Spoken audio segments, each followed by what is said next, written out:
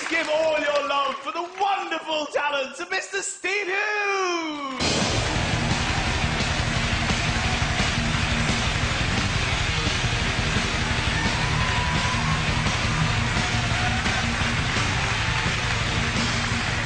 All right. Thank you. The rest of you relax. I'm thinking the same thing looking at you people. So.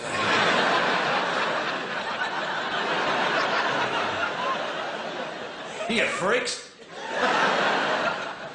Don't worry, there's no need to buy a big issue off me. So, which, by the way, I hope you're decent enough people to do buy the big issue, at least, you know, give some money to homeless people. I hope you're not those people that go, no, no, I only give my money to registered charities. That way, I know where my money's going. No, you don't. You're not morally superior, you're just gullible and conformist. I know exactly where my money's going, to this bloke with 3 socks and no shoes. And now it's going to the off-licence. Well, it's perfectly acceptable as far as I'm concerned. Well, that's their big moral high ground a lot of the time, you know. You don't give these people money. No. They'll just spend it on drink and drugs. Well, what do you think I was going to spend it on? Hypocrites. What kind of weird world do we live in where they go, don't associate with people less fortunate than yourself who have to live in the street, who have no money, don't help them out by having a conversation or giving them a few coins. Don't do that. Why don't you just send the money to us and we'll make sure they get it.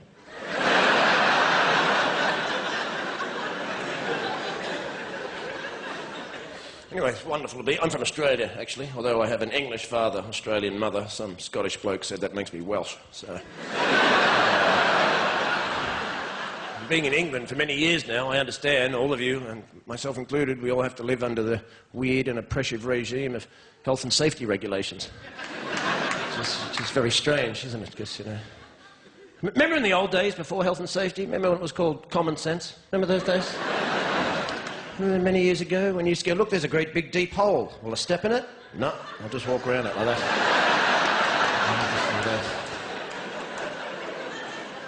Well, how'd you manage to learn to do that? Well, my parents taught me not to be a moron. And I just kind of carried it on from there. See, the Dutch, they'll treat you like an adult. You're in Amsterdam. You're in a city. They sell pot. They sell mushrooms. There's trams. There's buses. There's cabs. There's push bikes with women, with kids strapped to the front of them. There's a road next to a canal. Is there a fence? No. No fence. England, there'd be a big sign, big fence. Don't go in the water. Don't all fall in the water and drown. Don't go in. Amsterdam, is your bike wet? Yeah. Well, you're on the wrong bit, mate. So...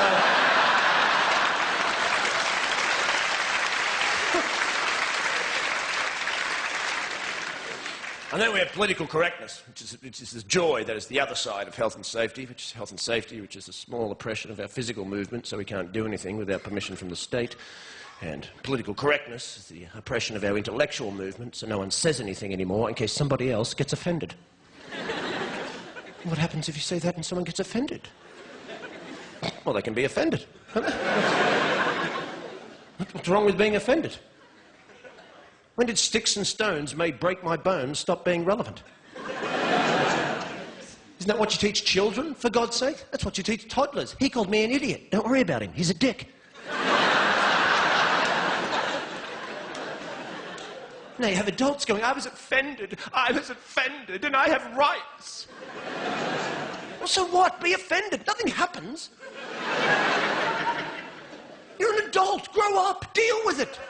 I was offended. I don't care. Nothing happens when you're offended. There's nothing... I went to the comedy show, and the comedian said something about the Lord, and I was offended. And when I woke up in the morning, I had leprosy.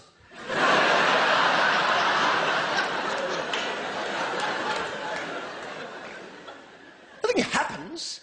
I want to live in a democracy, but I never want to be offended again. Well, you're an idiot. How do you make a law about offending people. How do you make it an offence to offend people? Being offended is subjective. It has everything to do with you as an individual, or a collective, or a group, or a society, or a community, your moral conditioning, your religious beliefs. What offends me may not offend you, and you want to make laws about this? I'm offended when I see boy bands, for God's sake. It's a valid offence. I'm offended. They're corporate shills posing as musicians to further a modelling career, and frankly, I'm disgusted. Right? Well, what am I going to do? Call the cops? Hello, it's me again. They're on the telly this time. 5 of them, that's it. Yeah, white suits dancing like girls, that's them. 5 minutes, I'll be out the front traumatised. Bye.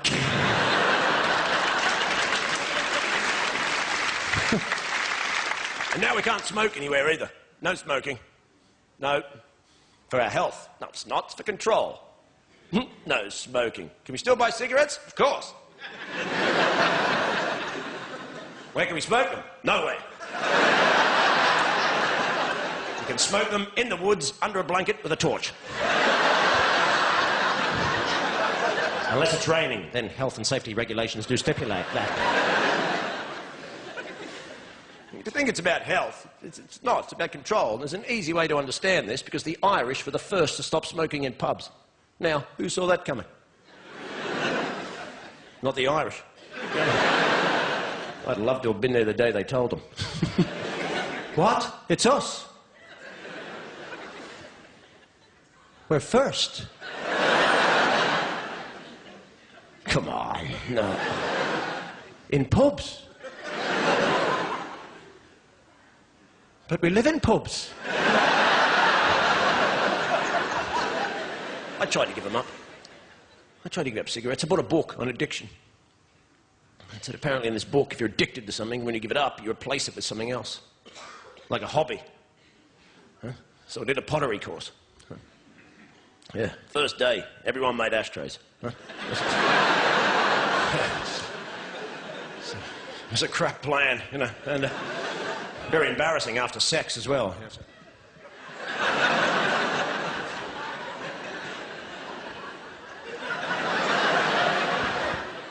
You were great, baby. Yeah, I've made you a pot.